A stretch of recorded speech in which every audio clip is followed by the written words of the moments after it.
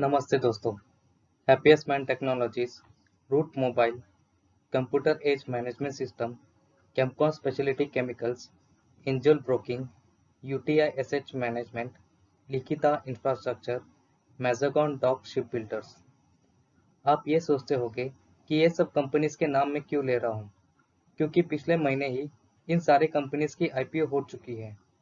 अगर in public media से ध्यान हटाकर बिजनेस न्यूज़ देख लेते तो इन कंपनीज के आईपीओ कैसे हुए, इन्वेस्टर्स और लोगों को कितने शेयर्स अलॉट हुए, क्या इन कंपनीज के आईपीओ में इन्वेस्ट करना चाहिए कि नहीं करना चाहिए, ये सारी जानकारी आपको मिल जाती।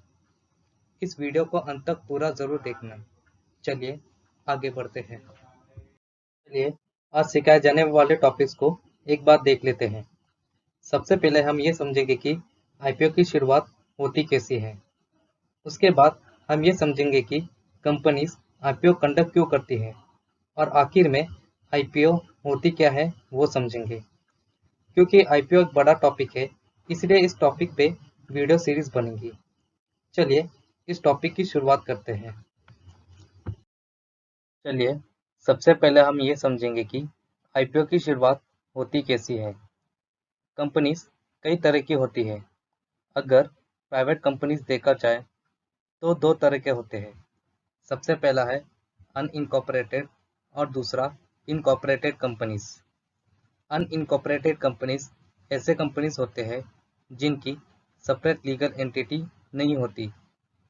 सेपरेट लीगल एंटिटी का मतलब कंपनी की एक अलग कानूनी पहचान, जो अनइनकॉर्पोरेटेड कंपनीज में नहीं होती, क्योंकि कंपनीज और ओनर्स को एक ही माना जाता है।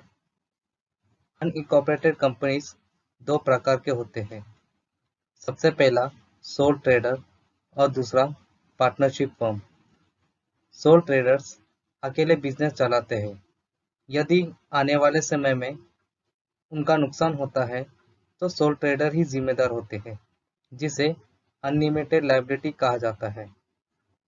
पार्टनरशिप फर्म में प्रॉफिट या लॉस पार्टनर्स के आपसी सहमति से बांटा जाता है। चलिए आगे इनकॉर्पोरेटेड कंपनीज के बारे में समझते हैं। इनकॉर्पोरेटेड कंपनीज ऐसे कंपनीज होते हैं जिनकी सेपरेट लीगल एंटिटी होती है, मतलब अपनी एक अलग कानूनी पहचान होती है। कंपनी की डेफिनेशन कंपनीज एक्ट के तहत कंपनीज को एक आर्टिफिशियल पर्सन माना गया है, जो अलग लोगों से कॉन्ट्रैक्ट कर सकती है, एम्प्लॉयज हायर कर सकती है, अपने रूल्स एंड रेगुलेशन बना सकती है और किसी के खिलाफ कोर्ट में केस भी दर्ज कर सकती है। चलिए आगे बढ़ते हैं। इनकॉर्पोरेटेड कंपनी में लायबिलिटी लिमिटेड होती है। चलिए लिमिटेड लायबिलिटी को एक एग्जांपल से समझते हैं। लिमिटेड लायबिलिटी का मतलब, अगर शेयर होल्डर्स या इन्वेस्टर्स ने 1 करोड़ के शेयर्स खरीदे हैं और कंपनी को 2 करोड़ का नुकसान हुआ है, तो कंपनी शेयर होल्डर से 2 करोड़ वसूल नहीं करेगी, बल्कि 1 करोड़ ही वसूल करेगी, क्योंकि लायबिलिटी लिमिटेड है। एक और तरीका है, अगर शेयर होल्डर्स ने कंपनी को गारंटी दी है कि वो 1.5 करोड़ इन्वेस्ट करेगा, तो कंपनी सिर्फ उसे 1.5 करोड़ ले सकती है अपने नुकसान भरपाई के लिए, क्योंकि लायबिलिटी लिमिटेड है। ऐसे कंपनीज को कंपनी लिमिटेड बाय गारंटी कहते हैं। चलिए आगे बढ़ते हैं। इनकॉर्पोरेटेड कंपनीज दो तरह के होते हैं। सबसे पहला पब्लिक और दूसरा प्राइवेट कंपनीज। प्राइवेट कंपनीज ऐसे कंपनीज होते हैं जो शेयर्स पब्लिकली ट्रांसफर नहीं कर सकती, क्योंकि ये कंपनीज शेयर्स अपने फैमिली, फ्रेंड्स, बिजनेस पार्टनर्स से पैसे उठाते हैं और बिजनेस चलाते हैं। जब एक प्राइवेट कंपनी पहली बार शेयर्स इश्यू करते हैं तो उसे आईपीओ कहते हैं। तो चलिए आगे बढ़ते हैं। अब तक हमने देखा कि आईपीओ की शुरुआत होती कैसी है। आपके मन में यह भी सवाल आया होगा कि कंपनीज आईपीओ कंडक्ट क्यों करती है। इसके कई सारे रीजंस हो सकते हैं। सबसे पहला रीजन है रेस कैपिटल। कंपनीज अपनी पूंजी बढ़ाने के लिए आईपीओ लाती है। कंपनीज अपने बिजनेस एक्सपांड करने के लिए लोगों को शेयर्स बेचकर कैपिटल रेस करते हैं। ताकि कंपनी एक्सपांड हो जाए। Banks, angel investors, venture capitalist भी स्टार्टअप्स या प्राइवेट कंपनीज को फंड्स प्रोवाइड करते हैं, और शुरुआत में कोई भी बिना सोचे समझे पैसे नहीं लगाता और कंपनीज को बड़े लोन्स जल्दी से नहीं मिलते। इसलिए मार्केट में खुद की ब्रांड वैल्यू बढ़ाने के लिए पब्लिक को इक्विटी शेयर्स मतलब ओनरशिप राइट्स ऑफर करती है, ताकि पब्लिक भी अपने पैसे इन्वेस्ट करके आने वाले समय में प्रॉफिट्स कमाए। दूसरा पॉइंट है टू पे टैक्स। यदि कंपनी ने अपने शेयर होल्डर्स, इन्वेस्टर्स या बैंक से लोन लिया है तो आईपीओ की मदद से अपने टैक्स क्लियर कर सकते हैं। कंपनीज हमेशा अपने प्रमोटर्स, इन्वेस्टर्स के इंटरेस्ट के लिए ही काम करती है।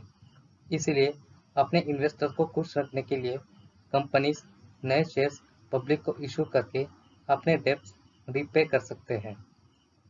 तीसरा पॉइंट है एम्प्लॉय रिजर्वेशन। आईपीओ में इन्वेस्टर की कैटेगरी होती है, जैसे कि qualified institution investors, high net individuals, retail investors और एम्प्लॉयज।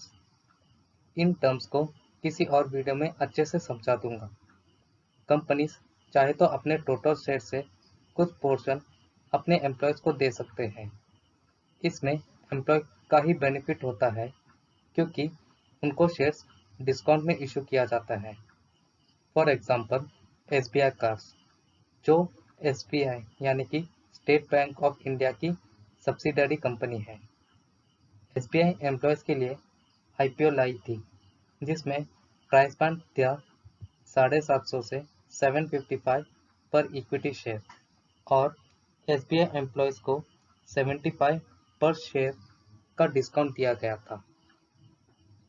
आपको एक बात का ध्यान रखना है कि हर कंपनी के अलग अलग रीजंस होते हैं आईपीओ लाने के लिए, जिसे ऑब्जेक्ट्स ऑफ इशू कहा जाता है। आईपीओ से रिलेटेड सारी जानकारी आपको कंपनी के ट्रेड हायरिंग प्रोस्पेक्टस यानी कि आरएसपी में होती है। चलिए आगे बढ़ते हैं। अब तक आपने समझ लिया होगा कि आईपीओ की शुरुआत होती कैसी है, कंपनीज आईपीओ क्यों लाती हैं। अभी आईपीओ को सरल भाषा में समझ लेते हैं। जब एक कंपनी अपने शेयर्स पहली बार पब्लिक को इश्यू करके फंड रेज करती है तो उसे आईपीओ कहते हैं। आईपीओ को प्राइमरी मार्केट भी कहा जाता है। इन सारे कंपनीज की आईपीओ पिछले महीने हो चुके हैं, जिसे मैंने वीडियो की शुरुआत में बताया था। अगर इन कंपनीज के आईपीओ के बारे में डिटेल में जानकारी चाहिए तो आप chittorgarh.com वेबसाइट पे जाकर आप पढ़ सकते हो। लिंक आपको डिस्क्रिप्शन में मिल जाएगी। And finally, thanks for watching.